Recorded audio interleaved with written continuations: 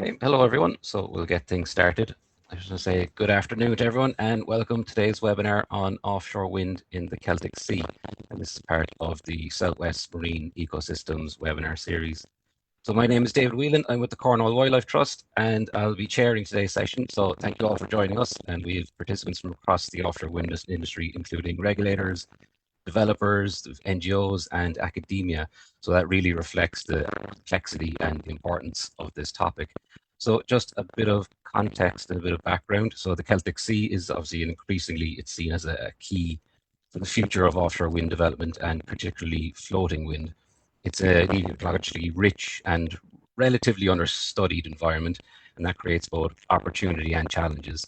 So today it's all about sharing evidence and understanding different perspectives and exploring how we can collectively navigate environmental considerations as plans progress. So the format is we have 6 speakers and they'll be doing 10-minute presentations followed by 5 minutes of questions and answers. So can I ask everyone in the audience just to please keep your microphones muted, and if you have any questions, please submit them via the chat function. So the session is being recorded and the slides will be made available after the presentations. So as you can see on the screen there is the agenda. So we'll be starting off with Aurea Anderson from the Joint Nature Conservation Committee, and she'll be talking about the PROC-B project, which studies Manx waters and storm petrel demographics. We also have Fiona McNee from Natural England and Alex Banks, and they'll be telling us about the Poseidon project, and that's been collecting massive amounts of data on highly mobile species for the last few years. Then we'll hand over to Linian Lieber of the University of Plymouth, and she will talk to us about the EcoFlow Frontline project, and that uses advanced technologies to collect marine data and to produce evidence that can help ensure offshore wind floating expansion is ecologically sustainable. So after Lillian will have the halfway point, so we can do a 10-minute break there. After the 10-minute break, we'll kick things off again with Neil Farrington from Celtic Sea Power, and he will tell us about the subsea soundscape, which is a network of remote systems that collect data on underwater sound environment and marine life activity. Then we'll have Zia Fakardos from the RSPB, and she will be giving us an NGO perspective on offshore wind policy and exploring the balance between renewable energy growth and protecting wildlife at sea. And then we'll finish off with Mel Jack from Flotation Energy, and she will give us an update on the White Cross project, which is an exciting floating offshore wind project located just off the north coast of Devon. So with that, I'll hand over to Aurea. Aurea, if you're there, would you like to share your screen? Yeah, will do. Thank you. Let's have a look and see if I can find my presentation.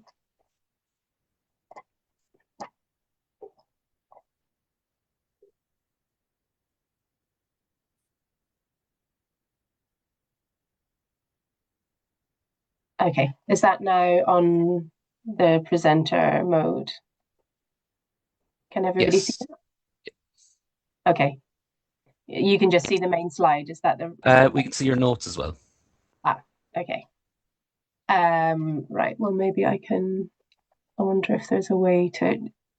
Do you want to just share my presentation? Do you have that up and available? Yeah, I can do that if we can do it from my end. If you go to display settings, that should swap it. Oh, okay, thank you. So just, is that right? Yeah, better. Okay, is everybody seeing that now? Yeah, that looks good. Okay, just the main slide. Okay, thanks for that. So my name's Aurea Anderson. I'm a senior marine renewables ornithologist from JNCC, and I'm the technical lead on the PROC-B project. So this 3-year research project is part of the Offshore Wind Evidence and Change programme, and it's an ambitious strategic research and data-driven initiative led by the Crown Estate in partnership with DESNES and DEFRA. And the aim of the OEC programme is to facilitate the sustainable and coordinated expansion of offshore wind to help meet the UK's commitments to low carbon energy transition while supporting clean, healthy, productive and biologically diverse seas. So if anybody has any specific questions on the OEC programme, I can put you in touch. So I'm just going to dive right in. PROC-B is a very species-driven project focusing on Procellariforms, specifically Manx shearwaters, European stone petrel and Leach's petrel, so it's quite a specific project. And it seeks to inform offshore wind development in the Celtic and Irish seas. So these species that we're focusing on have been largely overlooked today in offshore wind impact assessment. As we know, development has largely focused on the North Sea so far, where these species don't occur. And so they're now kind of coming into our sphere of interest and influence because of the future and the developments in the Celtic and Irish seas. So as more developments kind of come to the fore, there's an urgent need for more data on these little known species. And PROCB is collecting novel at sea behavioural data to understand the spatial distribution and identify any future impact pathways, for example, through collision risk. The project's also going to be producing novel demographic rate information, and this can be used in future impact assessments should these prove necessary from the impact pathway data. So the ultimate ambition of the project is to produce a set of best practice guidelines for use by the industry on how to treat these species in impact assessments and how best to consider them in marine spatial planning. So this is quite a busy map, but these are our current study sites across Scotland, England and Ireland. We're now entering our third year of data collection, and the project's produced a lot of data so far. And we have different sites here for tracking work, for the laser rangefinder work, which is being done on boats around the country, and for our demographics work. So hopefully you can start to tease apart. The bird images there are where we've got the tracking work, and the boat images are where we're doing the laser rangefinder work, and the rest is where we're getting pre-existing data that's already been collected to produce some of the new demographic rate information. So the PROCB project is broken up into a number of work packages led by different organisations. And this slide shows the work of Work Package 1, which is being led by the University of Oxford and the OxNav group. And this focuses on Manx shearwater tracking. And so I've just put a little icon in the corner there. If I could ask that people don't screenshot or share any of the results images in this presentation, as all of the data are just preliminary data so far, and they need further analysis and QAing before they're released more widely. So there's been a vast amount of work that's been done by multiple teams from OxNav, and because of that, the number of kind of results graphs that we've got coming out, I'm just going to show you tracking data from SWME for different life history stages for this species as part of this presentation, because I thought this was of the most relevance to the group. There's been a lot more data collected from the Copeland Islands off Northern Ireland and from Rum in Scotland, but I'm not going to go through those now. But I am going to share a link at the end of the presentation to the PROCB annual report, where there's a lot more detailed information. And if you want to kind of drill down into some of the other kind of colony sites and things, that's all available there. So this slide shows adult birds being tracked during the incubation period, and you can see the kind of indicative areas of overlap. And this data is from 24 and 25. And this is further tracking work from 24 and 25, looking at immature tracking. So there's not too much work been done on this so far. This is really kind of increasing the data set from these colonies on the immature tracking. And this is back to the adults again doing tracking work during the chick rearing phases, so where the birds are kind of operating a lot closer to the colony. This is some really interesting work. So the first time that OxNav or anyone that we know of have been doing fledgling tracking. So this is using quite different GPS devices, again from SWME, but you can also see the results coming out of Rum and Copeland. And you can see here some of the tracks kind of going through the Celtic and Irish Sea as they go off on their kind of first time migration. So moving on to some of the impact pathway work, and specifically looking at data on flight heights from telemetry devices. So again, this is quite new and novel work using both barometric and GPS sensors on Manx shearwater. You can see that most of the data is pointing to, as we would suspect, fairly low flight heights, but you can see that there is some occurrence above 15 meters for some of this data sets. And interestingly enough, when the team have looked in this in a bit more detail, it was as suspected. So the increasing flight heights are coming during the stormier conditions when there is much kind of stronger wind activity. So moving on to work package 2, which is the storm petrel tracking, which is being led by the RSPB. Again, these tracks don't reflect the vast amount of manpower that's gone into acquiring data on these species. They're burrow nesting, and so they're extremely hard to get data on. And these tracks are the first collected from the Scilly Isles and Lundy. So the left panel shows data from 24 and the right from 25. And you can see that the flight track from Scilly in 24 is very different from the pattern shown in 25. For some reason, the left panel bird travelled all the way down to the continental shelf, whereas the rest of the time birds are foraging relatively close to the colony, as you might expect from breeding birds. And you can see the birds from Lundy are showing quite a high degree of overlap with offshore wind areas of interest. And this figure reflects work that's still ongoing. The RSPB are looking into doing some inference work, predicting where birds from the Skocum SPA might be foraging based on patterns of behaviour from birds from other colonies close by. And you can see it's likely there'll be quite a high degree of overlap from Skocum birds in offshore wind regions of interest based on what we know about foraging ranges from Scilly and Lundy birds. So again, this is some of the flight height work, and this is again very preliminary data that the team are only just now analysing, so we can't really take the explicit values as gospel yet. But it's interesting to see the range of potential flight heights that European storm petrel might be occurring at. Obviously, the vast majority below sort of 5 to 10 meters in height, but we do have some slightly higher records than we might expect from this species.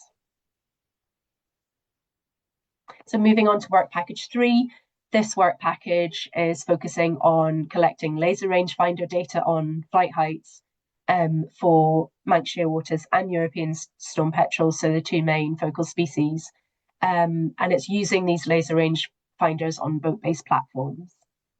So we've been using them on ferry routes and also on some pelagic vessels.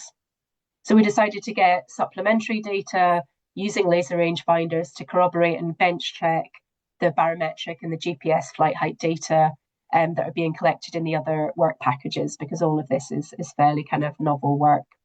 And we did our first year of boat-based data collection in 25. And this figure illustrates it's been possible to collect the flight height data on both species we've been able to get that from 3 different locations. So as I said, the first boat-based field season proved effective for both species, with Manx shearwater data sort of preliminary indicating that birds are flying typically in the region of about 5 meters, but they can fly up to sort of the 15-20 meter range and sometimes beyond that. And this is broadly consistent with the data from the OxNav tracking work. Storm petrel data from the Scilly Isles, as we'd suspect, flying a lot lower. Almost all are flying below 5 meters and mostly in the initial third of a meter range. But what's kind of an interesting part of this project is that we're continuing to work on sources of error in the LRF data that have not previously been addressed by sort of historic studies. So, for example, sort of often not been accounting for swell height, or various other metrics that might be affecting the estimation of flight heights that are coming out of the LRF data. And next year's field season, we're going to be attempting to get data in more stormy conditions when, again, the birds are likely to be flying higher. So finally, moving on to work package 4, this is a little bit different from the previous work. This is being led by the University of Gloucester, and it's focusing on producing demographic rates for use in population modelling. And that is should species level impact assessments be required in future. So if, for example, the species are deemed to be potentially being impacted by any offshore wind development. So this part of the project is using existing already collected data sets from numerous colonies to produce new estimates of adult survival for Manx shearwater and European stone petrel. They're currently working on producing juvenile survival rates for use in PVAs, and they also have deliverables looking at ways to improve population modelling approaches for the use by industry as a whole. Just finally moving on to next steps for the project. This year we'll be collecting our final field season data, increasing the existing data sets and gathering information, hopefully in stormier weather conditions when the birds may be flying higher. And we plan some further stakeholder engagement through workshops and industry webinars in late 26 and early 27, as well as producing a set of industry best practice guidelines on how to treat these species in EIAs and HRAs, as well as considerations for marine spatial planning. So as I mentioned, here's the link to our Year 2 annual report for the project on the Marine Data Exchange. And I'd just like to finish by thanking the Crown Estate and the OEC programme for funding the project, to all the partners involved, and particularly to the project advisory group, who put in an immense amount of effort reviewing all the material and contributing meaningfully to shaping the project as it's progressed. So members of the project advisory group are just up here on the slide. So thank you. That's everything from me. Happy to answer any questions. See if I can just stop sharing so I can see people. Hopefully, I think I was on time there as well. No, that's perfect timing. Well done. Thank you. That was really interesting. Whistle stop tour. There's a lot, as I said, there's a lot of data coming out of the project. So yeah, more to be shared. I think yeah, most of the results today are available in that annual report. But I think some of the figures that I've shown today are, showing some of the latest kind of thinking that they're doing on the flight height work, which is kind of a lot more kind of complicated analysis really that they're having to run there. I don't know if you're chairing the questions or if you want me to. So I just got to say Neil has his hand up. He's going to ask a question. I think Neil, over to you. Yeah, that's okay. I was just curious what level of understanding we have of how those species may react to objects.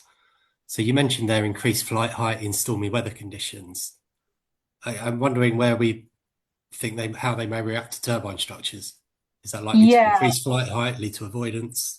It's a really critical question. So one of the aspects that I think some other people are currently kind of looking at within the literature and kind of wider studies is clearly the kind of nocturnal activity factor and the attraction, particularly at night. So there are some studies. I think there is one in the northwest that does involve Manx shearwater. But this group of species is known, particularly during the fledgling stage, to be attracted to light. So that was why particularly Oxnav were very pleased to get the data on the fledgling tracking migration to look at potential, specific areas of interaction there. Unfortunately, within the ProcBeast project, there wasn't scope to specifically do any very bespoke attraction studies. So that is kind of still a gap for the industry. But I think it's very much an area of interest and one that we're going to need to get a handle on really quickly, because we do know that these birds are attracted to artificial light at sea. And I don't know if Alex wants to come in on anything. I know that there has been some studies looking at from a kind of biological perspective, just exactly how these species interact with different types of light sources and different kind of spectrum. Yeah, I'm not really sure I've got much to add, Uria. I mean, obviously, people might know I'm involved.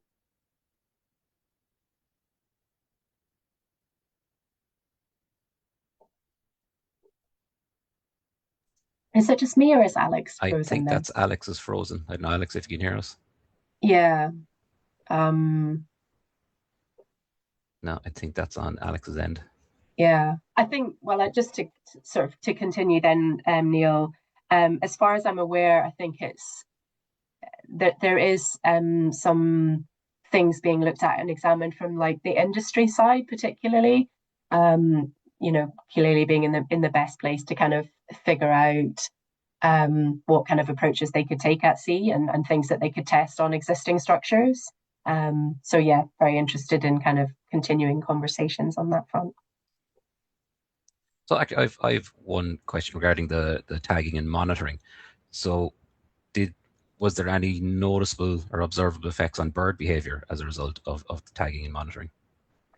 I think that is still ongoing. Do you mean in terms of the kind of the size effects of the tags, or Yes, or yeah. even their bird behaviour, did it change in any way as a result of the tagging? Or Yeah, well, I think particularly the methods that Oxnav are using on the Manx shearwater have been kind of long established for a large number of years. So I think they're quite on top of tag effects. And as far as I'm aware, they haven't identified any significant, you know, tag effects from deploying this in terms of kind of things that might affect, you know, breeding success or kind of patterns of attendance and things like that. The work on the stone petrels is much more recent and they don't have such extensive data sets there, but it is something that they're kind of getting data on as part of the project, and we'll be kind of reporting more on in the kind of final stages of the project. But yeah. I don't know if anyone has any more questions. No, that's it. Thanks. All right, that was really fascinating. Brilliant stuff. Thank you very much. So on that, I'm going to hand over to Fee and Alex. I hope Alex has rejoined us. I hope so too. My computer just completely died. Can you hear me now? Welcome back. Yep, yeah, welcome back. Good. Fingers crossed. Okay, so just let me share my screen of your presentation ready to go. Oh, perfect. Thanks. I'm going to turn my video off because it tends to crash my computer, so sorry for that. Can't see the screen yet. Just 2 seconds there, it should be coming up.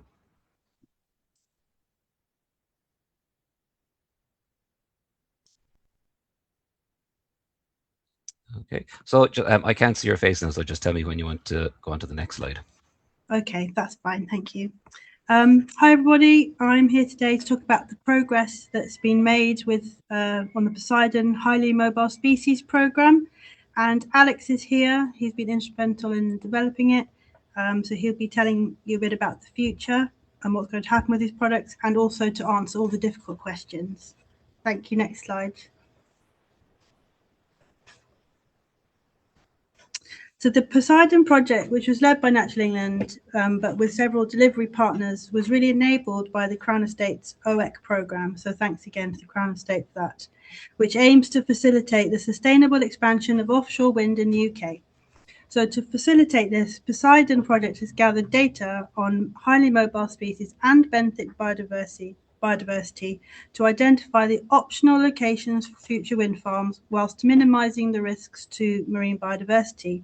But here we present the results just from the highly mobile species work. Next slide, please. So the data collection stage was led by the University of Bangor, who were able to utilise data gathered from lots of previous projects, as well as adding a lot more recent data and sources they've got permissions for more recently. So following that, a gap analysis was undertaken to quantify the survey coverage in space and time that we had, and consequently 2 further years of digital aerial surveys were commissioned to fill some of those gaps. So in total, the project collated an unprecedented amount of effort-related year-round transect and strip data from between the years 2000 and 2024. Next slide, please. So using this data, the spatial modelling work was undertaken, which we can't see the slide for yet, just to let you know. There we go. So the spatial modelling work, which was led by Cream at the University of St Andrews, was a huge undertaking due to the amount and the different types of data that needed to be combined. It was very complicated, and it's in detail in the report that will be coming out soon. But to summarise, the work followed a classic two-stage modelling approach for strip and transect data using distance sampling methods. So in the first stage, the data were grouped according to the data collection methods and the species. And for birds, the data were separated for birds in flight and birds at the surface. So detection probabilities were calculated for each group separately to correct the data for availability and perception bias and to calculate corrected densities. The second stage involved modelling the estimated densities as a function of space and time, and the models were tested separately for each group with a range of general additive modelling options and error distributions, such as the Tweedy distribution for zero inflated data, and a range of explanatory oceanographic variables, which were unique for each species and model. So the selected models for each species were used to predict the surface densities for each month of the year for 6 3 to 4 year time blocks between the years 2000 and 2024. And on the right, you can see a video which is showing 72 predicted layers for the Manx shearwater surface model as an example. And we won't have time to watch it all, I think, because it's quite slow. But finally, a two-stage parametric bootstrapping process was also used to estimate the upper and lower confidence intervals representing model uncertainty. Next slide, please.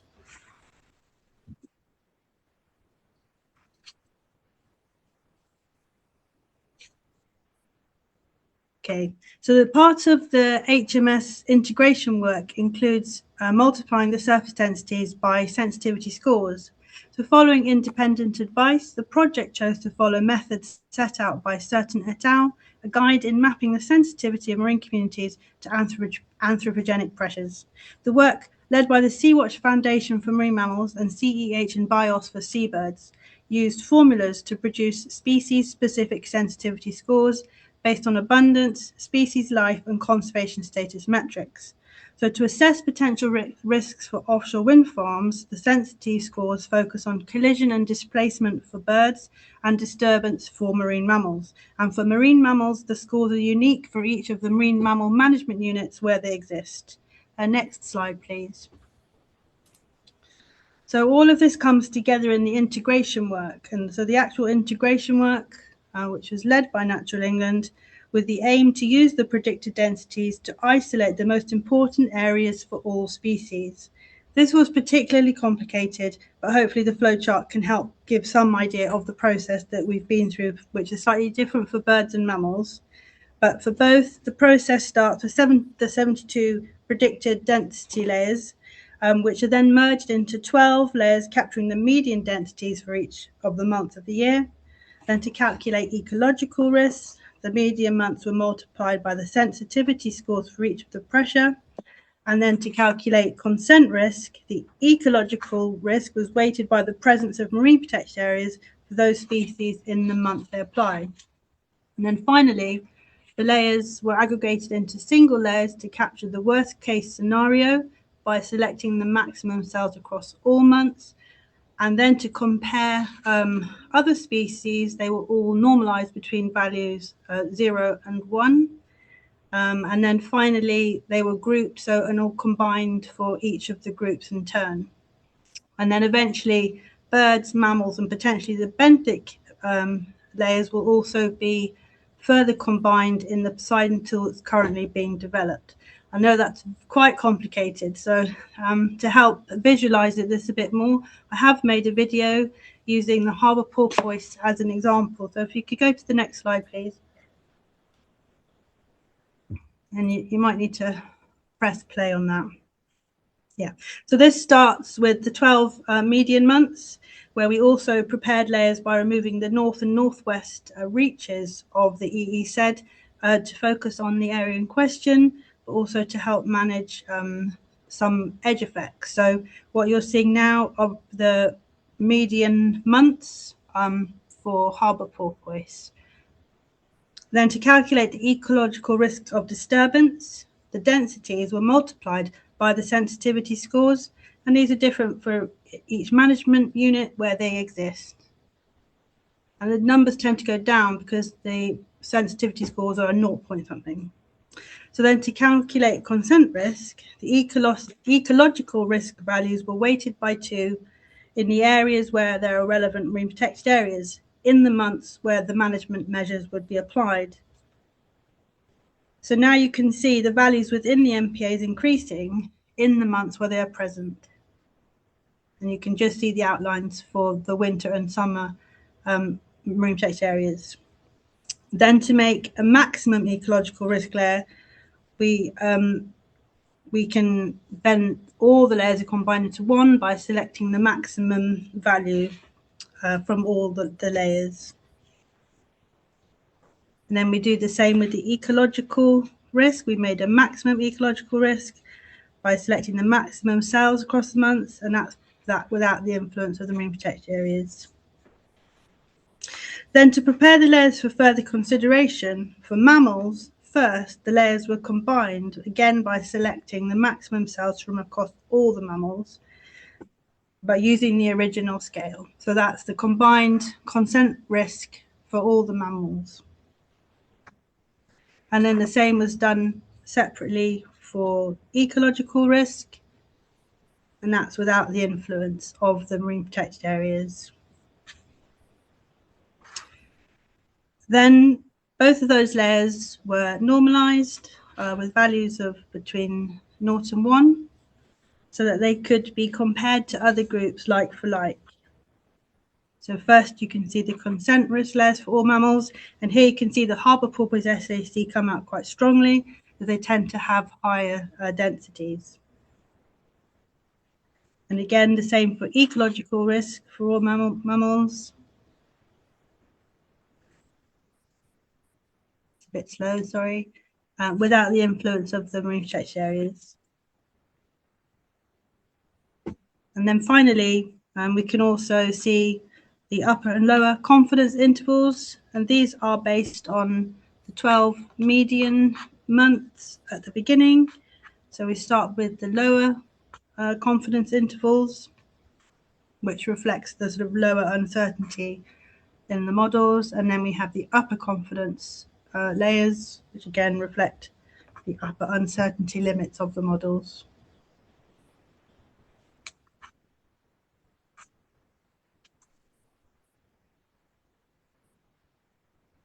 Okay, so we would like to share these somehow, and like I said, all to highlight at the top, there's a little glitch that was from the movie making process, not in the model. So it's sorry about that. So that's it for these. So I'm going to hand over now to Alex to finish off. So next slide, please. Might need to go one more, so it's not an animation. Great, thank you, Fee. And thanks, everybody. It feels like we've been trailing Poseidon through these Southwest Marine Ecosystem events for a very long time, but we are so close to the end now, and it's getting exciting because, as you've seen from Fee's presentation there's been an absolutely enormous amount of work, and there are going to be an enormous amount of products for people to be able to use. So we're into the very final stages now of building the tools which make the information available. And that's going through its user testing. But within the next few months, we will have a launch, and all of the information will be publicly available.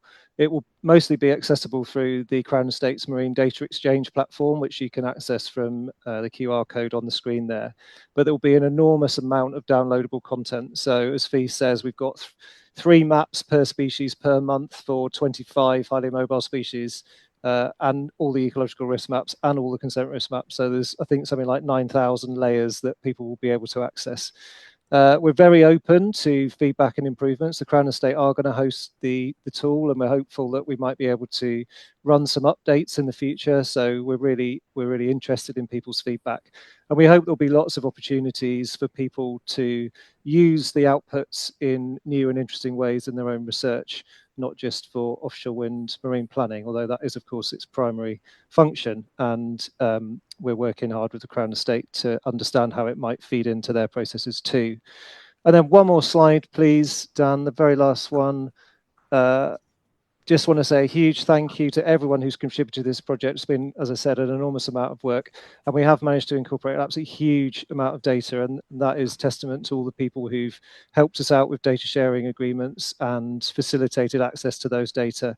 And we will be, as I said, hoping to update the tools and the products in future. So if you're collecting data at sea, observational data on marine mammals or seabirds, or indeed benthic habitats, then please feed those data into the relative receptor sites like the JCDP, like the European Seabirds at Sea database, and to the Marine Data Exchange itself, because the future accuracy and quality of the products is very much dependent on data flows into those repositories.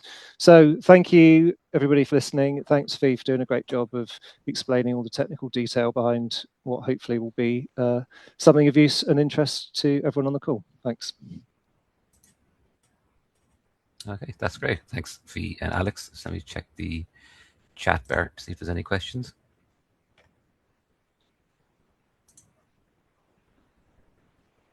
Anyone have their hands up?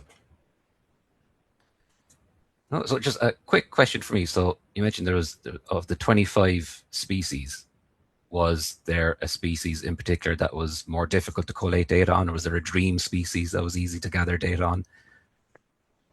Yeah, that's a very good question. So we actually started with a longer list than that, and so there was 5 other cetaceans that we weren't able to get sufficient data to produce models for. So that's Risso's dolphin, fin whale, pilot whale. Help me out, Fee. What are the others? I think it was another dolphin. I can't remember. Sorry. And we did have, there were a few more seabirds we'd have been interested in, but too few data. Balearic shearwater is one of them. So yeah, any records we can get, the more we can get on these scarcer species, the more likely it is that we'll be able to produce models and increase the number of species that we can cover within the tool.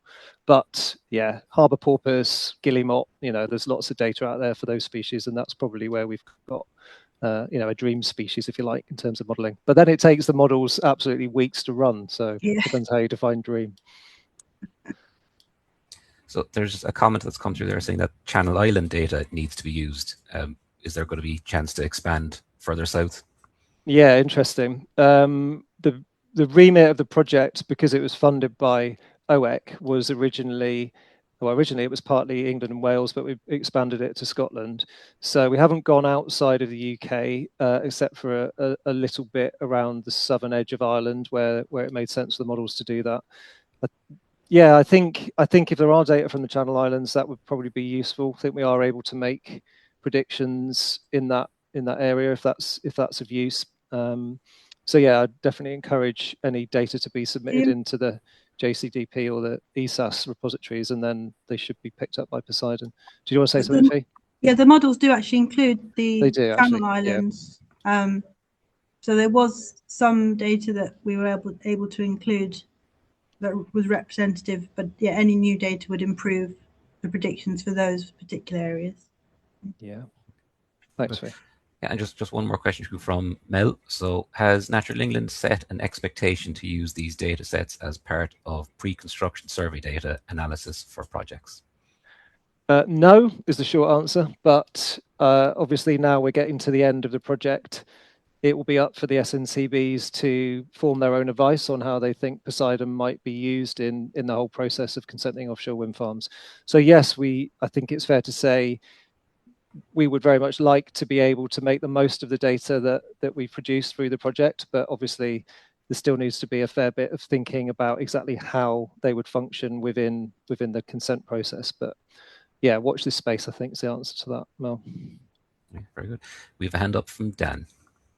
It's actually Bob, I think. Yeah, everyone seems to be called Dan for some reason. Well, see, I think Dan let about a dozen of us in from the wilds of Teams. Anyway, look, it's also a fantastic piece of work, and if I was organising conferences like I used to, I'd think to myself, well, what you've managed to kind of jam into the sort of 20 minutes that I saw, you could actually spread out into a day and quite happily kind of keep people amused, interrogating that. My concern, I suppose, always is the access to this information. Going to the Crown Estate doesn't fill me with wild enthusiasm, I have to say, because it's great for professionals who are using this kind of stuff all the time, but for kind of interested parties, it becomes a nightmare of, actually getting into it. But I do think, in a sense, that that will be an ongoing challenge for you, and I would thoroughly encourage you to organise at least a 1 day meeting, sort of like once a year for the foreseeable future, if this is to carry on, because it takes quite a lot of, some of the things that you were quickly whisking through, and congratulations for getting through so many technical terms so quickly. Actually, when you actually try and explain them to ordinary people, you might find yourself, some of the assumptions you made about risk or sensitivity or the function of an MPA for a mobile species might come in for some pretty serious criticism, which might actually undermine the prettiness of the coloured slides that you're using. Far be it from me to make a sort of humble observation on these things, but I'll tell you, one of the things I really loathe and detest is when people aggregate the different groups of species, which are very different in what they do, especially when they aggregate mobile species with benthic species. The Wildlife Trust and the RSPB presented at Coastal Futures several years running about the threat of offshore wind to wildlife. The threat to wildlife is very different if you're a benthic species from a mobile species from a cetacean. So just one or two little kind of joys lurking in the system, but as long as you keep it open and keep on testing it, then it might actually become useful. Thank you, Bob. Yeah, we have integrated those three things, so you'll be delighted to see that when you see the outputs. But I think we've done it in a defensible way. Anyway, we can talk about that separately. So yeah, thank you. We are definitely planning a lot of engagement and tutorials and all those sort of things, so that people can ask questions, deep questions about what they're looking at and how they use it. There will be a portal, so it won't all be buried within the Marine Data Exchange. There will be a portal that enables people to access some of the layers, but as you can appreciate, when we've got 9,000 just for highly mobile species and then a load more for benthic, it's really difficult to make a tool which is functional and performs quickly. So some of the content will be accessible through the portal for anybody, and the stuff that's downloadable, I expect, is going to be more the preserve of people working on offshore wind professionally who need to go into the really fine level of detail. But yes, you'll be very much welcome to test the tools, feedback what you think of the tools, and as you say, we can definitely keep things under review. And I think it's a good idea to have a more regular webinar or whatever it might be to talk in detail about how people use it, because those one-off things, I guess, if you don't pick it up for another year, you forget exactly what you've been doing. So yes, thank you for the advice. Go on, Fee. Probably worth saying as well that the format that the layers that will be available will be in a raster format, so that people can use them for analysis. So that should make it more easily. And then the other thing I was going to say is that every single layer has been QA'd by specialist experts within Natural England and across all the advisory groups. So it has already been through significant review at every single layer, pretty much. Okay, that's great. I have time for one more quick question, if you can give a quick answer. This is from Justin. Were there any unexpected findings revealing new info about a particular species distribution? That's interesting. Yeah. Well, I think that's sort of in the eye of the beholder. But as Fee said, everything was QA'd heavily. So I think we can be reasonably confident that most of the expected patterns were revealed, although we do have a couple of caveats around areas where we're lacking data that we might have expected higher densities. Yeah, I think it's up for people to scrutinise the layers that are produced and see if things do differ from their expectations. I think particularly for non-breeding seabirds, there will be some areas that will be of interest that we may have suspected in the past, but never conclusively demonstrated through a modelling exercise like this. So yeah, be good to know what people think of what they're seeing. I think it's also the first time that we've seen a sort of temporal model for the models from 2000 to 2024 for every single month. The first time for all of these species, and that in itself is just fascinating to watch. And there's a lot more work we could do to look at that and compare different data at different times of the years, different years, and just to see how that compares. That's really great stuff. So many thanks to Fee and Alex at Natural England. So next up we have Lillian from the University of Plymouth. Yeah, that's great. Thank you. Okay, should I just start? Turn it off again. Right. Okay. Over to you, Lillian. Great. So hi everyone, my name is Lillian Lever and I'm a Senior Research Fellow at the University of Plymouth. And today I will give you more of a high-level overview of our recently funded NERC EcoFlow project, which is called Frontline. So Frontline focuses on the potential consequences of floating offshore wind development in the Celtic Sea with a strong focus on ocean fronts and biodiversity. So next slide, please.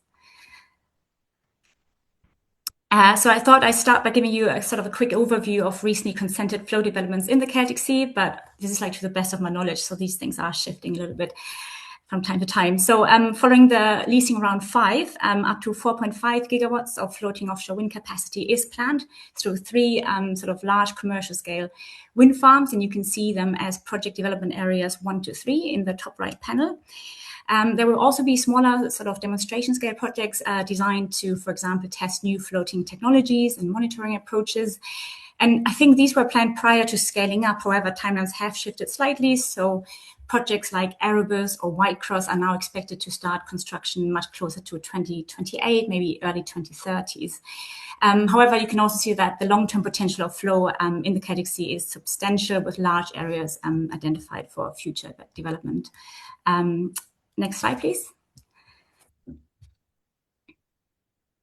Okay, so the Celtic Sea is a highly productive and also dynamic shelf sea system, and it's driven by strong tidal mixing forces, seasonal stratification, and increasingly also climate-driven variability, including marine heat waves and prolonged storm periods. So importantly, this is a region that is currently relatively undeveloped compared to the North Sea, at least, and where sort of offshore wind is now expanding into these deeper, seasonally stratified seas. Now, our work focuses on tidal mixing fronts, which are very characteristic of the Celtic Sea. I think a lot of you might have heard about the Celtic Sea front. So these are sort of key physical ocean features, and they are generally associated with high productivity, as well as top predators, and also to some extent fisheries. So from satellite imagery on the right, on the top right there, you can see that these features have these sort of strong horizontal gradients, mostly in temperature, but critically, they're also vertical features. So they mark the transition between a stratified and a well-mixed water column.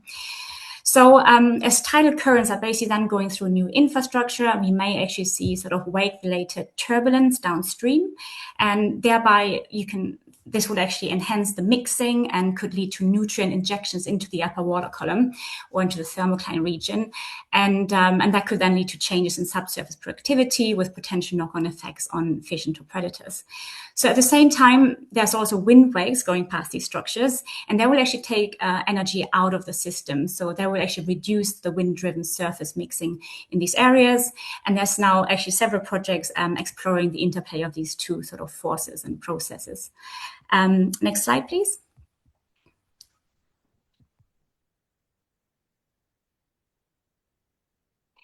So planned flow sites, you can see on this sort of map here, do seem to overlap spatially with seasonally persistent fronts.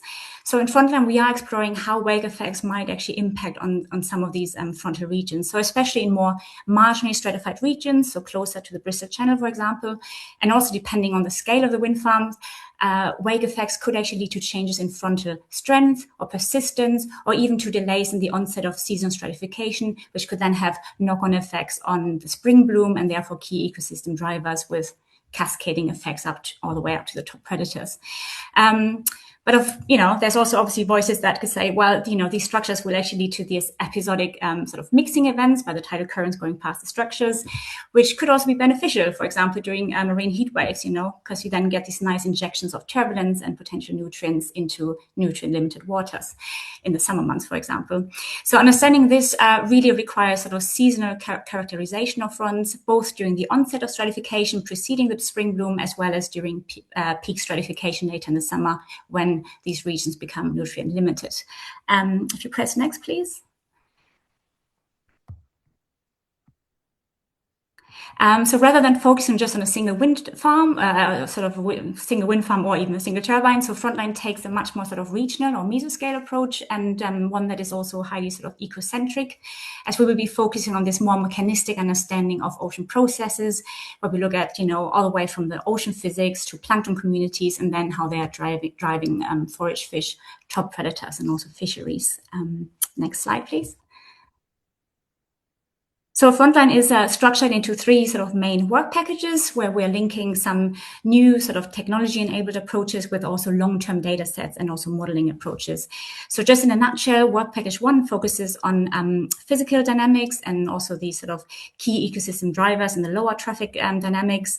And for that, we are using a combination of autonomous platforms with advanced sensing capabilities and also satellite remote sensing of fronts. And then in work package 2, here we focus more on the top predators, mainly seabirds, to be fair. And this will include a lot of new seabird tracking campaigns, also using new sort of bird-borne cameras, using seabirds as oceanographers with sort of CTD profiling, looking at their energy budgets, and also collision risk modeling. And we will also be running seasonal digital aerial surveys with high def.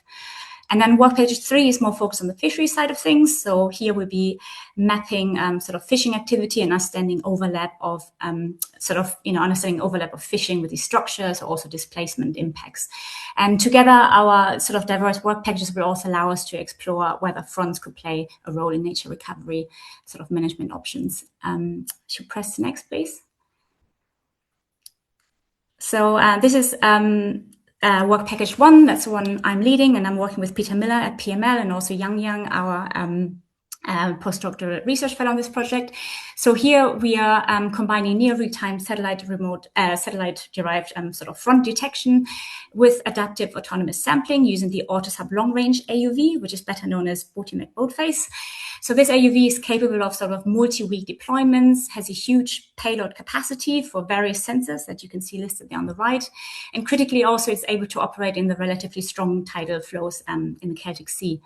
So the AUV can basically then adaptively sample across frontal features, while it's also sort of collecting vertical profiles throughout the water column. And we're really excited to be linking these sort of biophysical sensors with fisheries acoustics and also plankton imaging to gain a much more sort of mechanistic understanding of ocean fronts and their interactions with lower trophic dynamics. And we will be heading out into the Celtic Sea in spring and summer 27, as well as in 28, as known currently. So next slide, please. I can now show you some recent outputs. So here we've extracted, I think, weekly frontal features from satellite data, and then we overlaid it with on sea surface temperature from an operational model. And if you click next now. So we are currently also sort of exploring the operational model for subsurface features such as chlorophyll maximum sort of around the thermocline region, and because this is sort of data that then our AUV will be able to pick up as well, and that can then nicely link into sort of satellite remote sensing regions. Actually, if you press next, sorry. The nice thing is with remote sensing is that, it has a major strength really in that we can actually look back in time as well. So this is some work Peter has started some months ago already. And this really allows us to assess the sort of long-term variability in frontal systems, their location, their strength, their persistence, and really establish a baseline against which we can then, against which future sort of flow impacts can then be evaluated in the future. Next, please. Yeah, and maybe next again, let me see the graph. So we are also combining these sort of long-term front data sets with long-term seabird tracking data sets to identify persistent sort of ecological hotspots. So this is basically data from a large gannet tracking data set that Liam is currently working on, and that shows the utilization distributions of gannets separated by behavioral states. And you can see also the offshore infrastructure in the background.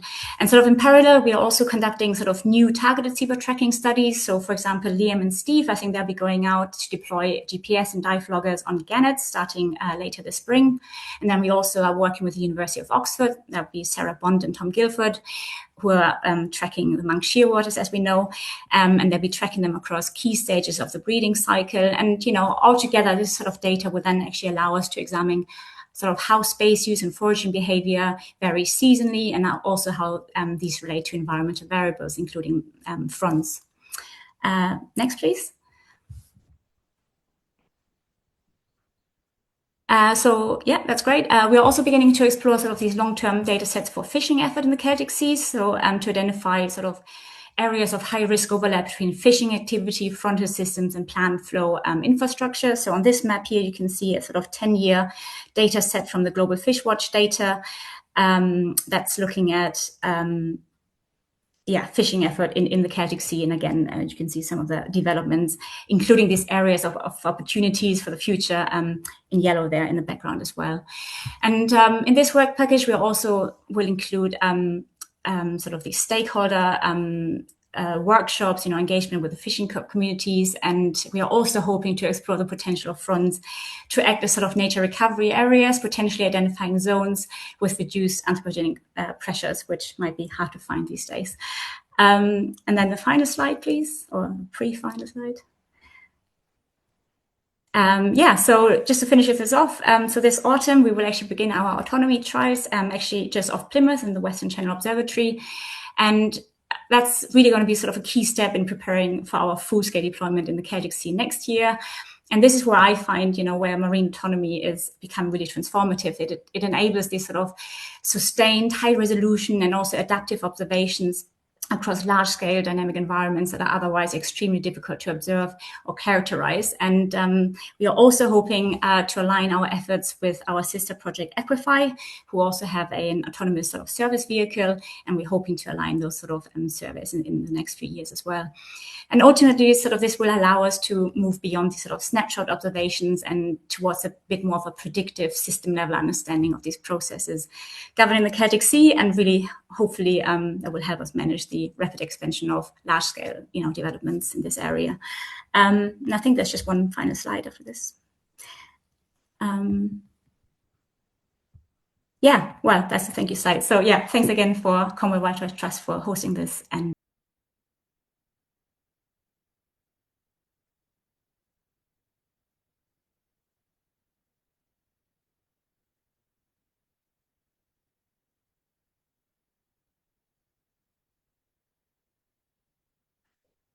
Okay, hello again, everyone. Just wondering, has Neil returned from the break? Can you hear me, Neil?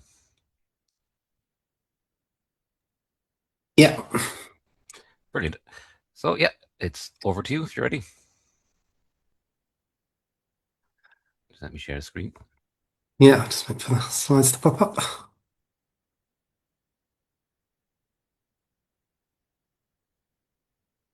Okay, how's that? Yeah, if you just want to jump on the first slide. Thanks, Dan.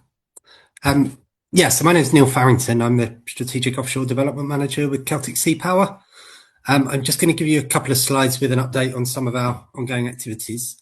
And then most of the presentation is going to focus on the Subsea Soundscape project.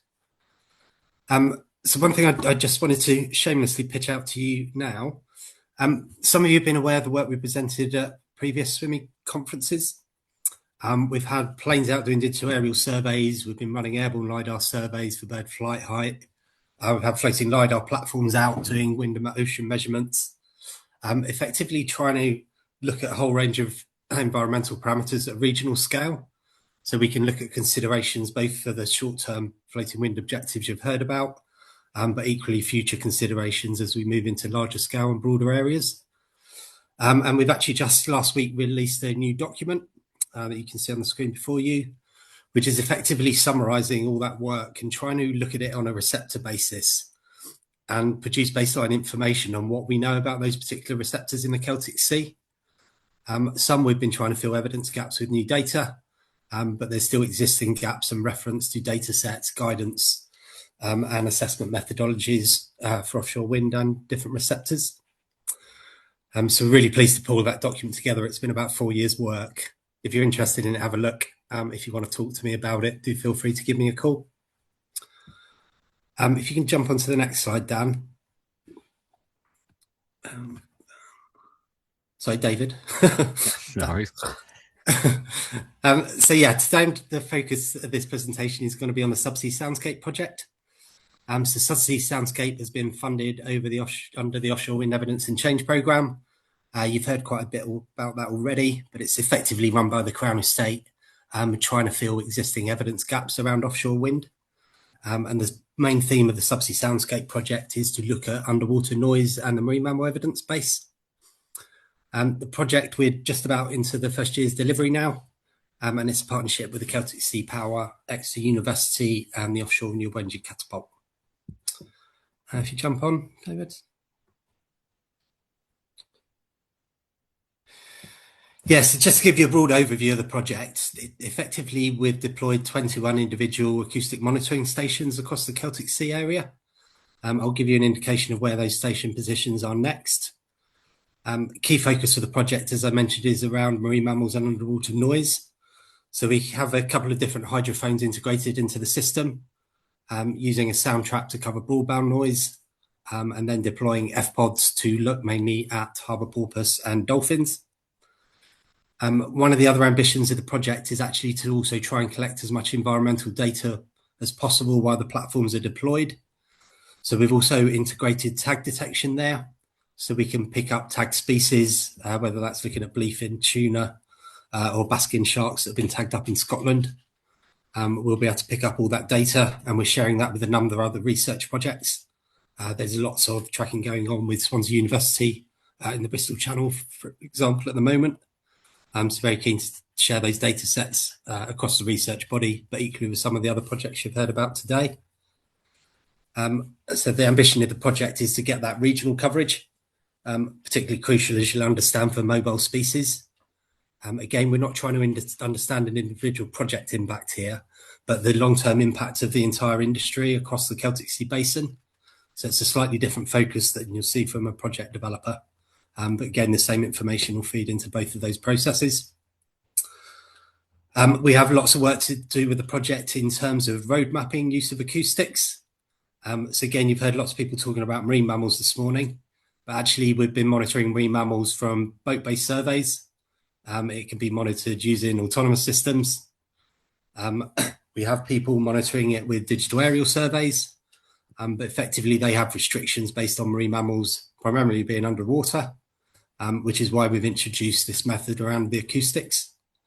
Again, lots of work with regulators to try and embed that in the planning system and really have a think about sort of best practice approaches to individual receptors. So saying how do we want to monitor marine mammals? What is the best approach we can see? How so we consolidate that so there's clarity for developers in terms of the surveys and approaches they use.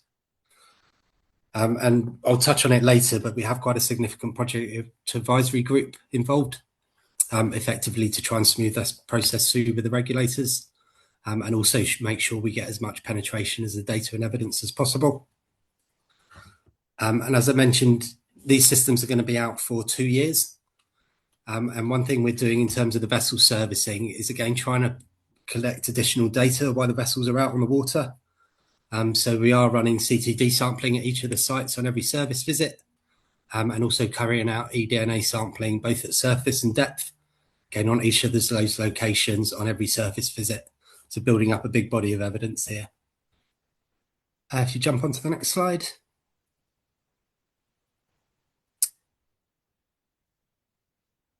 So this thing's fading in. Effectively, what you'll be able to see in a second is the array layout. So again, the extensive network there across the Celtic Sea area. We have based it on a gridded network of about 10 kilometre separation initially. but then had to make some variations based on risk in terms of vessel densities, areas of high fishing intensity, avoiding development in the PDAs, which is actually being covered by the Crown Estate themselves in terms of data collection. So again, trying to make sure we integrate with other projects, don't replicate data collection. So I don't know if you've all got two slides blurred there. I'm trying to pick out what's behind it. One of the issues we have had, thank you. Unfortunately, we have had some stations trawled up already. So one particular problem for the Celtic Sea, as you said, there are areas of high fishing density. We know about them. They're very hard to avoid. And when you're looking at a regional approach, it's quite difficult sometimes to determine an appropriate position where we have no risk. So effectively, we have deployed in areas of high fishing activity because we're also interested in what's happening in those locations. So that's why you have a slight spread on the network there. We've actually got vessels in Pembroke that have been waiting from the start of the month to get out and both complete the servicing, but actually collect the first round of data. So we're hoping that'll be complete in the next couple of weeks. Again, anyone familiar with working in the Celtic Sea, it's quite difficult to find weather windows, particularly at this time of year. We need about 4 or 5 days clear to actually get out and complete this work. So that's always a problem in the Celtic Sea, and actually doesn't change a huge amount when you look at it across the year. But very interesting stuff happening there. And I said, as that first data is pulled through, the idea is to transmit it through to the Marine Data Exchange in the Crown Estate as soon as feasibly possible. So hopefully in the next 2 to 3 months, you'll start to see some of these data outputs. If you jump on again.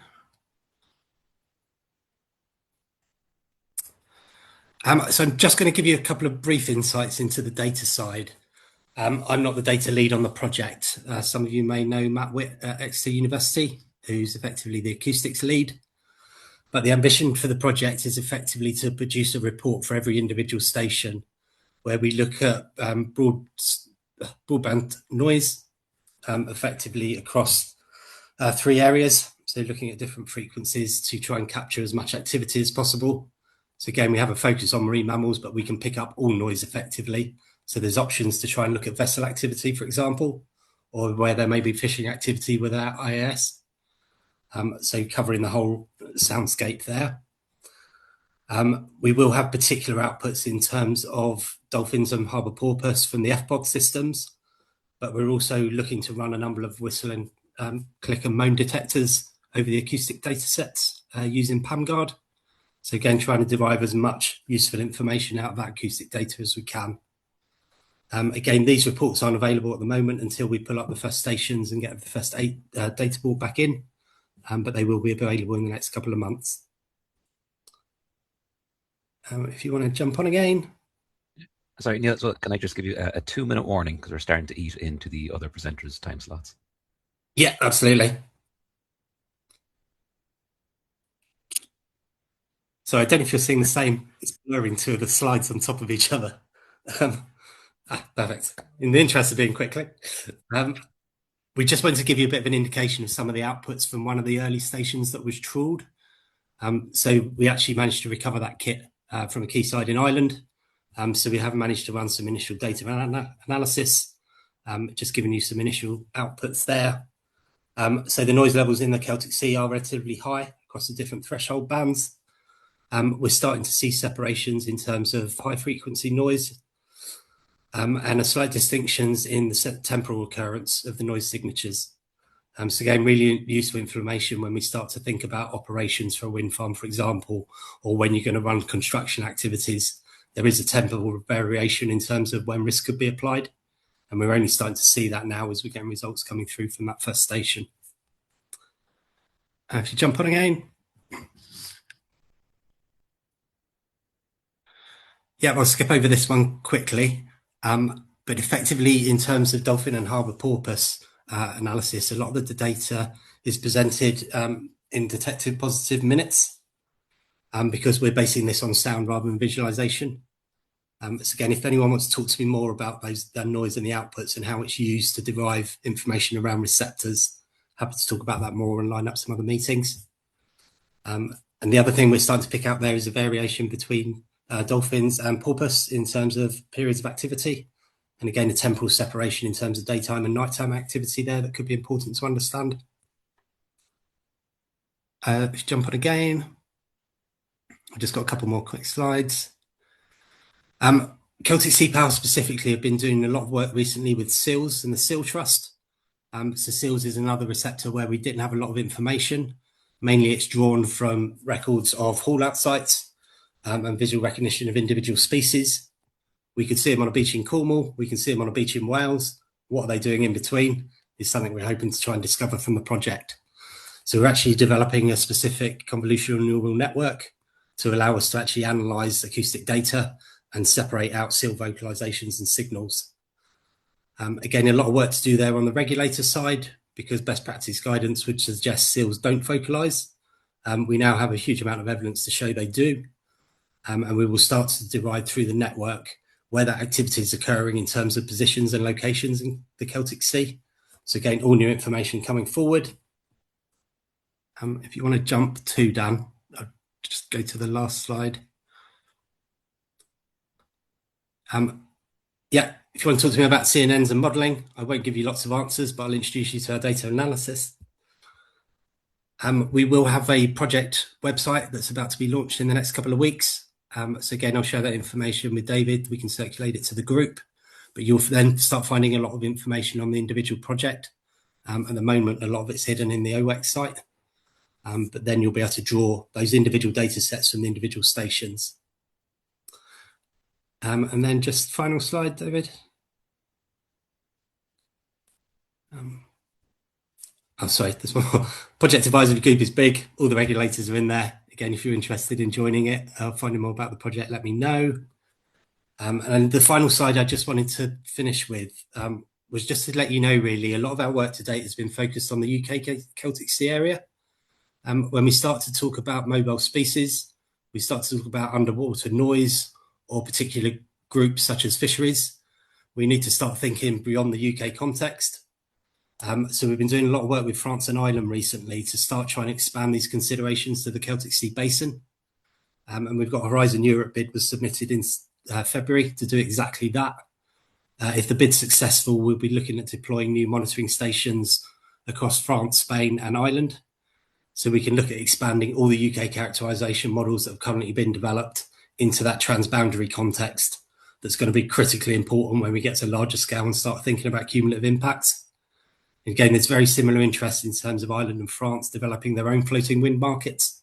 So there's not a lot of sense in thinking about the environment in isolations for the UK. So again, if you're interested in that perspective, give me a shout and I can tell you more about it. Thanks, David. That's brilliant. Thanks, Neil. So let me have a quick look at the chat for any questions, but I'll start it off. So in terms of the monitoring stations, are they capable of real-world quick analysis for adaptive management? No. So they're currently set on the seabed with acoustic triggers, so we can only retrieve the data when we can service the stations. We do have a separate piece of work actually going on with the SealSpy system. So the SealSpy system is currently out in Falmouth by Turnaware Bar, and we've just recently integrated a surface buoy that has remote connection capabilities. So that's our first step into trying to transfer the data into a status where it can be remotely transferred. The technologies that exist to transfer data, the problem with acoustics is the scale of the data. So we're actually trying to now build the CNN models into Raspberry Pis that will sit alongside the camera and acoustic systems when they're deployed underwater. So we're actually trying to pre-process the data and then send useful data back through a remote signal. Potentially that could include images in the future, but that's a work in progress. It's exciting stuff. We can't wait to hear more about it. So I don't think there's any more questions coming through or anybody with their hands up. Any more questions for Neil? Yeah, sorry, that's a bit rushed, but I saying get in contact. No, sorry, apologies. I had a bit of an IT glitch beforehand, so that probably added a few minutes to everyone. My apologies, but well done, Neil. That was an excellent presentation. Thank you very much. Okay, so next up we have Zia from the RSPB. Hi, everyone. Share my screen again.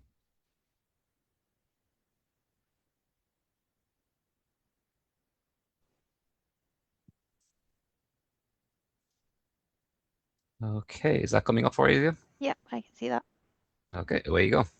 Great. So, hi everyone. My name is Zia Facados, and I am a Marine Policy Officer within the RSPB's UK Marine team, and I focus specifically on our offshore wind policy work, which is what I'm going to be presenting to you today. Or next slide, please. Thank you. So just as a bit of background, here in the UK, we're super lucky to have as many seabird species as we do. Despite us being a small island, the UK is home to 25 breeding species and almost 8 million birds, which are globally significant numbers. Of the world's populations, the UK homes 6% of puffins, 55% of great skewers, 60% of gannets, and 85% of Manx shearwaters, which is just incredible and shows how much of a responsibility the UK has in looking after these globally important populations. Next slide, please. Unfortunately, our seabirds are in crisis, so they're currently declining faster than any other bird group in the world. In the UK in particular, marine birds are failing to meet good environmental status under the UK Marine Strategy, and they seem to be moving further away from this target. There have been various studies over recent years that illustrate this, and they're linked on the slides. But for the sake of timekeeping, I'll move on to focus on the birds of conservation concern seabird assessment. So next slide, please. So if we take a look at the previous BOC assessment, which was completed in 2015, we can see the species placed in the green, amber and red list. Most species were on the amber list, with only the great cormorant being placed on the green list. Now, if we take a look at the 2024 results, so next slide. Yep, there we go. We can now see that unfortunately almost 40% of our breeding seabirds are now red listed, and this is the largest ever increase in the number of seabirds on the red list. Next slide, please. So the main reasons for such declines in our seabirds are down to unsustainable fishing, which causes a lack of food and accidental bycatch, invasive non-native species, particularly on our islands, climate change, and increasingly renewables, which is what I'm here to talk to you about today. Next slide, please.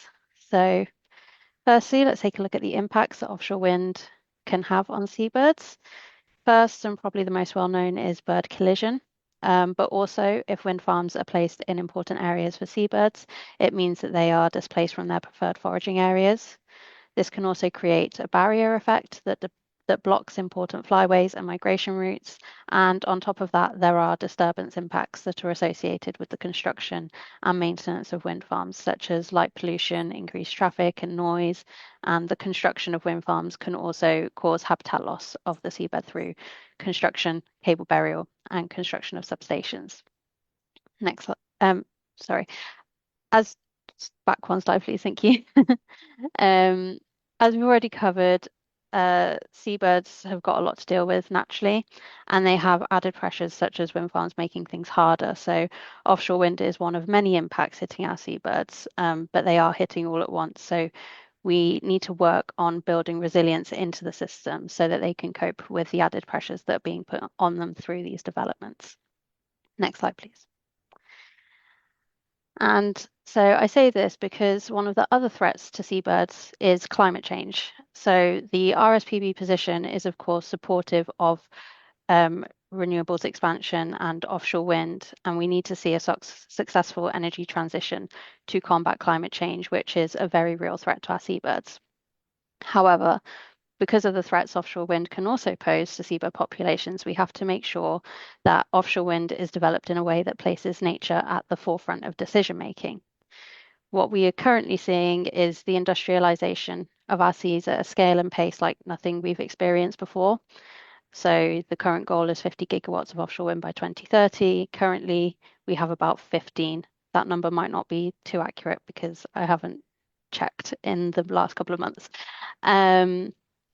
But we're marching quickly forwards towards this goal, and in the context of the Celtic Sea, which is relevant to this group, we've now had agreements for all leasing round 5 areas, and these developments will all be floating offshore wind, which, as I think we've heard today, is a new technology. So next slide, please. So To ensure we have a nature positive rollout of offshore wind, RSPB focuses on 3 key areas, and that focuses around the mitigation hierarchy. So firstly, avoidance. So we try to avoid causing any harm. For example, in the first instance, avoiding building in areas that are important for seabirds. Then we have mitigation. So if we can't completely avoid impacts, we need to try and minimize the damage. So that could mean changing the design or layout of a wind farm. And then thirdly, as a very last resort, we can move on to compensation. So any impacts that can't be avoided or reduced must be addressed through compensation. And that means taking action to help nature in a different way. For example, if a wind farm affects seabird populations, we might remove invasive predators from an island to support those same seabird populations. Next slide, please. So if we take a look at the work that we're doing around avoidance, so to avoid impacts on seabirds, we need a clear picture of where seabirds actually use the sea.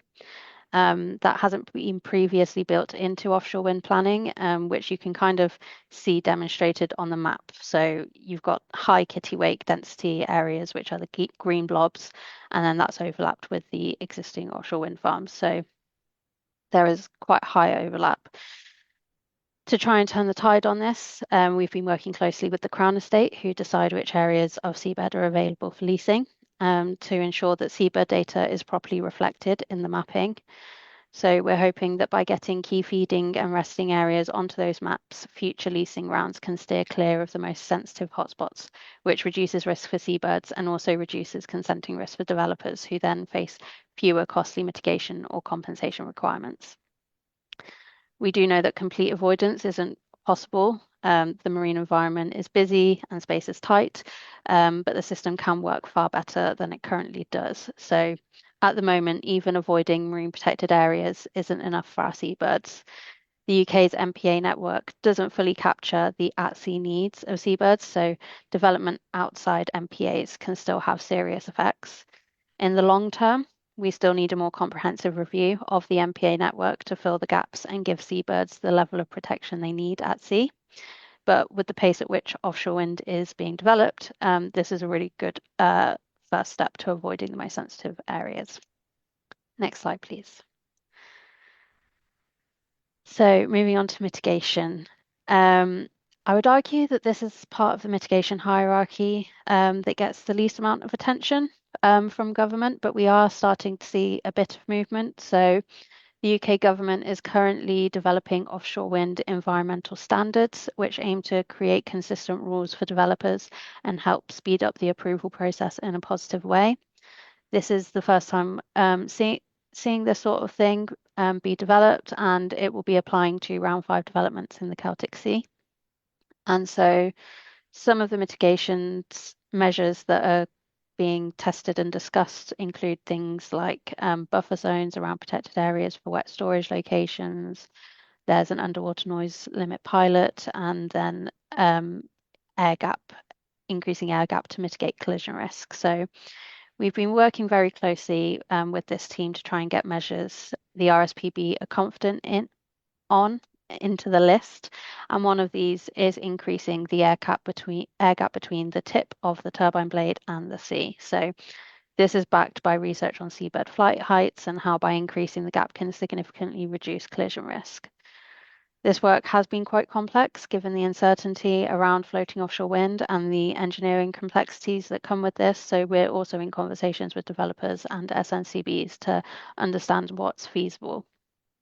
I do think there's much more research into mitigation measures that needs to be undertaken, but we're moving in a positive direction. And I think as the scheme of work develops over subsequent leasing rounds, there's that opportunity there to get this in a really positive place that benefits both industry and nature. Next slide, please. Yeah, just my apologies there, Z, just a 2-minute warning to the end of your time. No worries. And then, so finally, compensation, which is quite a hot topic at the moment. So compensation for offshore wind farms has previously been done on a project-by-project basis.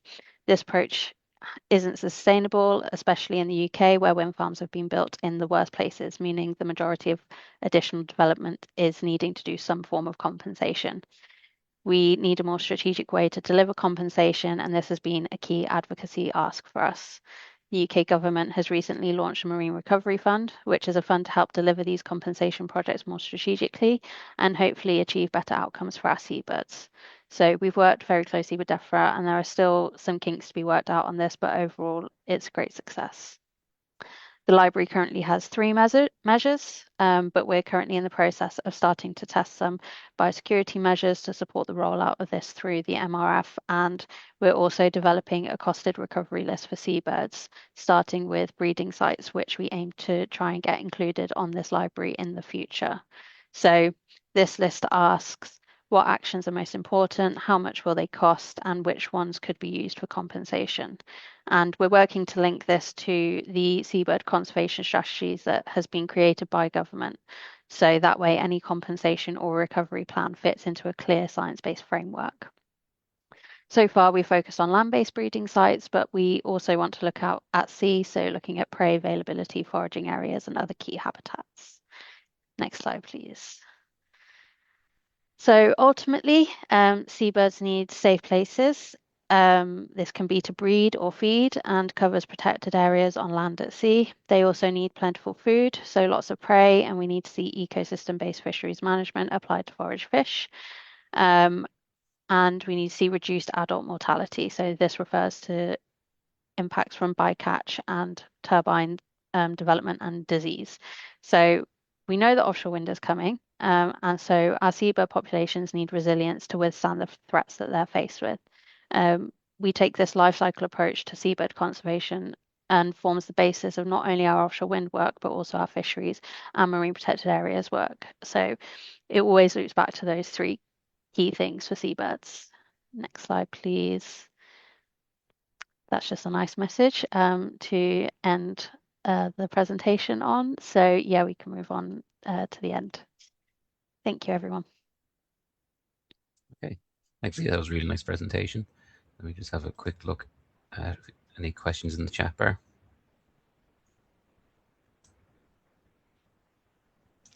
Any questions for Zia? So I just have a quick one.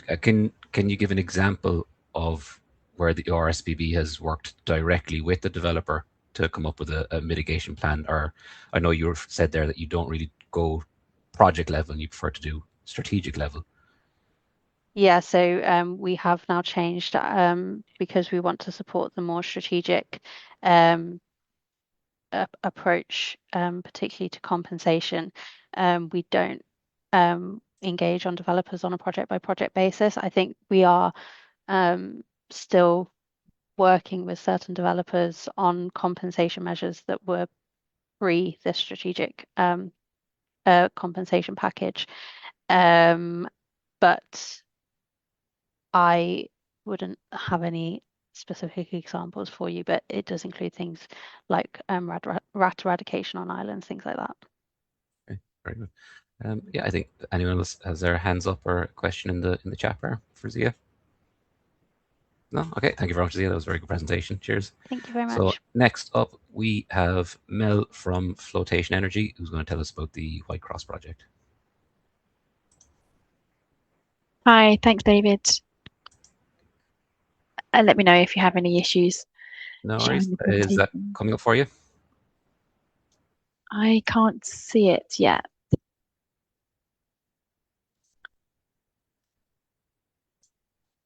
Let me try that again.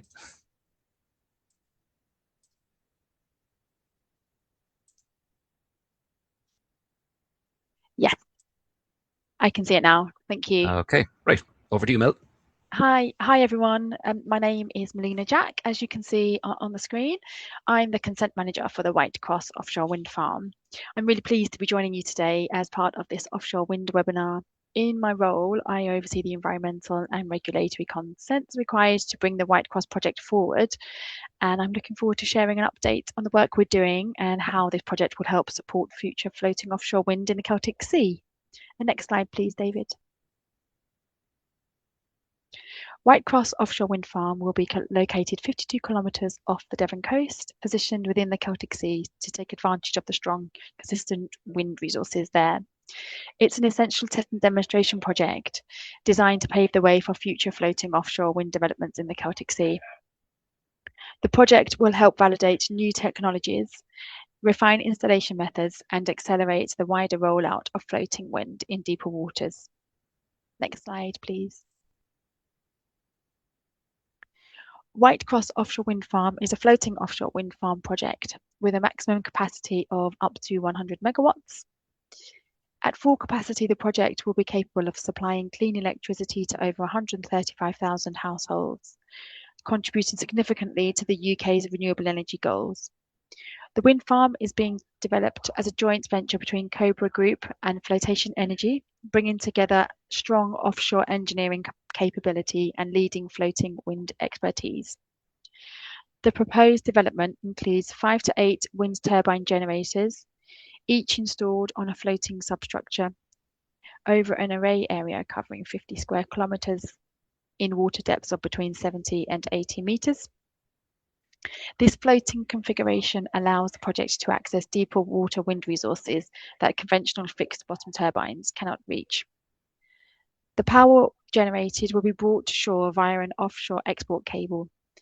The offshore export cable corridor, as you can see on the screen there, is 1 kilometre in width, which allows sufficient room for microsighting of the cable, ensuring the final route can be adjusted to avoid seabed features, sensitive seabed features, habitats, or any other constraints identified during the pre-construction surveys. The cable corridor is 75 kilometres in length. Okay, next slide, please, David.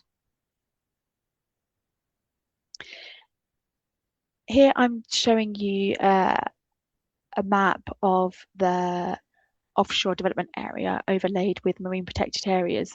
The array area itself is not located within any marine protected areas. Furthermore, we haven't found any evidence yet of rare habitats in the array area, which is great, and is the main reasons why the array area was chosen. The corridor itself, the export cable corridor, passes through the Bideford to Foreland Point Marine Conservation Zone at the coast, so on the coast of Devon. It also crosses the Braunton Borough Special Area of Conservation, and Triple SI. The corridor also runs through the North Devon World Surfing Reserve, which is an internationally recognised area valued for its unique wave environment and coastal processes. Further offshore, the route passes through the Bristol Channel SAC, which is designated for the protection of harbour porpoise. It also lies close to Lundy SAC, which is designated for its internationally important reefs and sandbanks that support rich marine biodiversity. In addition, you can see there that the corridor is in proximity to Lundy MCZ and SAC, which protect diverse marine habitats and species in the waters surrounding Lundy Island. However, although the cable does either lay close by or within several designated sites, no significant impacts were predicted on any of them through the EIA process.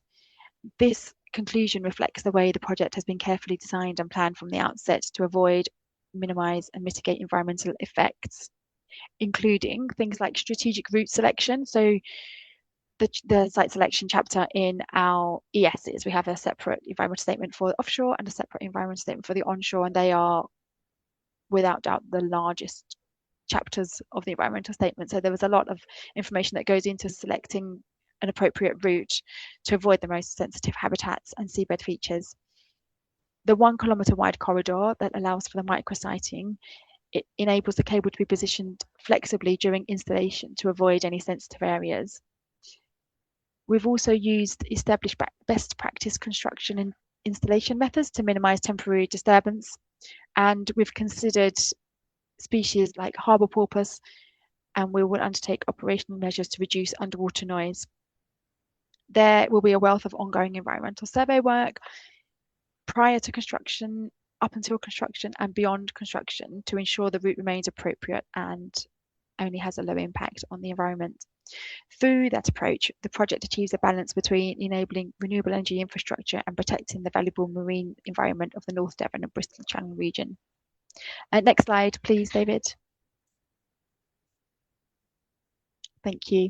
The onshore cable route, I won't go into so much detail about just because this is a marine ecosystems webinar largely, but the onshore cable route continues to run underneath Vaughan Borough's SAC, which is designated for a dune system which supports rare and habitats and species. There's also Vaughan Borough's SSSI, which is designated for geomorphology features, flora, and again the dune biodiversity. The cable route, as it travels south underneath the Torridge estuary, runs through Salton and Baggy Point Coast SSSI, which is recognised for its high-value coastal habitats, again the geological features and diverse wildlife. Okay, next slide, please, David. Securing full consent for the project took much longer than originally anticipated due to the complexity of the application and the number of regulatory bodies involved. We submitted our consent applications in early and mid-2023. The marine licence wasn't granted for the offshore elements of the project until the 15th of July last year.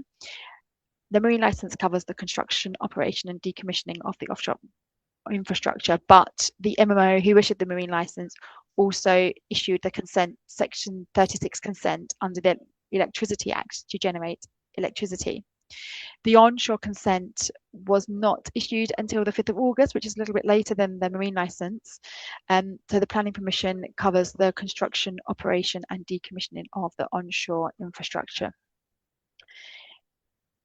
Between the two consents, there are 142 conditions to discharge. The consenting strategy was unusual for a project of this scale, and that's because Whitecross sits just below the threshold required to qualify as a nationally significant infrastructure project. Because it did not meet that criteria, the project was not eligible for a development consent order application, which is the streamlined centralised process typically used for major energy infrastructure in the UK. Instead of being examined at national level and decided by the Secretary of State, the project had to proceed through multiple separate consents at the local and marine level, which added time and complexity to the overall process. So of the 42 conditions to discharge, I just wanted to mention two that are unique to floating wind, which reflects really the need to build industry understanding as floating technology scales up. The first is a requirement to monitor, mitigate and remediate any entanglement of debris or marine megafauna within the floating substructure mooring lines. And the second is a condition to measure underwater noise from operational floating turbines. I think a University of Plymouth presentation earlier mentioned the research from Kincardine. So some research from Kincardine shows that there might be some operational noise from the turning nacelles from floating turbines. So Natural England and the Marine Management Organisation would like the Whitecross project to build the evidence base for noise outputs from floating wind turbines. And essentially, as a test and demonstration project, one of the roles of the project is to collect data to inform future assessments for larger commercial scale floating wind developments in the Celtic Sea and beyond. So the test and demonstration title really is open to interpretation. So anything from installation and supply chain support to gathering evidence out in the field, really. So on to the next slide, please, David. Now that the project has secured full consent, the real work begins. The onshore construction is scheduled to start by August 28, and between now and then we will be progressing a wide range of pre-construction activities, including undertaking a suite of offshore surveys, including geotechnical, geophysical, pre-construction benthic surveys and other marine ecological surveys. We have a little bit more time to do the offshore work because we can start the offshore construction anywhere up until 2030, but the onshore works are due to start earlier. There's a lot of work to go into condition discharge planning, so we need to ensure that all of those 142 consent conditions are met in a timely and coordinated way. Up to 100 of the conditions are pre-commencement conditions, so that means we can't start to build until we've satisfied or discharged efficiently those conditions. We are yet to complete our detailed project design, where we'll be developing the final engineering, environmental and construction details for all of the project components. And as I mentioned, we need to carry out lots of protected species surveys. The that's just really a continuation of our targeted ecological surveys to ensure the compliance with the legislation and the best practice. Lots of those conditions include monitoring and mitigation plans that we provided in outline form during the consenting phase. But as we go through detailed design, those plans will be updated with specifics of the project. And lastly, we have a voluntary obligation to secure biodiversity net gain as part of our planning permission. So we are working with the North Durham Biosphere to develop legal mechanisms and agreements on how we would do that. So yeah, there's lots of work to be done between now and then, and gaining consent is almost the beginning of that work. So yeah, that's the end of my slide pack, but I do have the final slide, just gives my name and my email address if anybody had any questions, but I'm happy to take questions now. Okay, that's great, Melina. That sounds like a really exciting project. So just let me check the chat bar. So I'll just start off with a question. So you're currently, the White Cross is going to operate in waters of 70 to 80 meters depth. Is that the current maximum depth that floating wind farms can currently operate on, or can they go even deeper than that? No, they can go deeper. So Flotation have two other projects. One of those, the Green Vault and CNOS, and CNOS is over 100 kilometres offshore in the North Sea off of Peterhead, so Aberdeenshire, and it's much deeper there. In fact, yeah, collecting data is a completely different ballgame to what it is in the Celtic Sea for White Cross. So no, floating offshore wind can go much deeper, but that's just the range of depth for the White Cross array area. Okay, and with that, obviously, is there greater challenges involved with trying to plan for deeper oceans in terms of surveying and data collection? Well, interestingly enough, the CNOS project isn't located in an area of high marine mammal abundance. So it seems to be the further offshore that project, the further offshore these sites are, particularly in that area, seems to be less small cetaceans at least. But I think that each site comes with its own challenges. I don't think there's generalized approaches to, consenting for these floating wind projects. I guess they just access areas that aren't traditionally used to seeing infrastructure there. More fishing, perhaps. So I guess there's more interaction with fishing activity that needs to be managed carefully rather than maybe coastal impacts. Okay, very interesting. Neil, he has his hand up there. Over to you, Neil. Yeah, just a quick question. Hi, you mentioned some of the ongoing environmental survey work once the wind farm is actually constructed. I'm just wondering what happens to that sort of data and evidence. Is that something that gets shared quite widely, or only gets seen by the regulators? Yeah, thanks, Neil. So it's a condition on our marine license to collect operational post-construction data, so especially on marine mammals and seabirds. We are expected to enter into an agreement with the Crown Estate to share that data.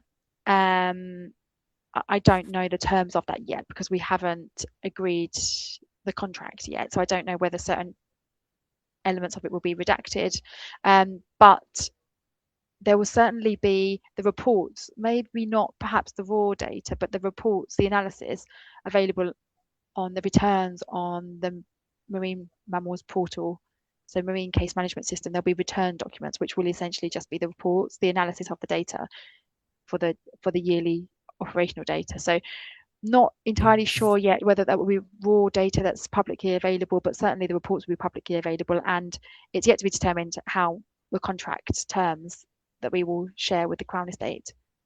But okay, yeah, I was just curious because a lot of the research projects we've heard about today are fairly long term, and sort of Poseidon's going to have ongoing obligations to sort of update modelling, and you're potentially going to be the first wind farm with actual information from a wind farm impacting the Celtic Sea. Yeah, so there will be data collected throughout the operation of the wind farm. So I guess let's keep talking. I know we've been having these conversations for a couple of years, so yeah, let's just keep talking. Yeah, and we'll see what we can do, even if it's kind of, the scale is, or the region, it's analysed over a region rather than a, high definition, raster data or something like that. Let's see. I'm sure there's something that can be done. But yeah. Yeah, no, it's good to be interested in doing so, because that's what we're all very interested in, obviously. Yeah. Thanks, Neil. Okay. Cheers, Neil. Anyone else with a question or hand up for Melina? No? Okay. Cheers. Thanks, Melina. That was very interesting. Thank you. And that concludes today's webinar. So I just want to say thank you very much to all the presenters. There was a really, really high quality of presentations there. So thank you very much for that. And thank you to everyone in the audience for attending. And just to finish, I think today has shown that the power of collaboration, bringing together developers, scientists, policymakers, and conservation organizations really helps to shape a sustainable future for offshore wind. And obviously reducing net zero is a necessity, but there's also the need to protect marine ecosystems. And I think what we've learned today proves that they can both go hand in hand.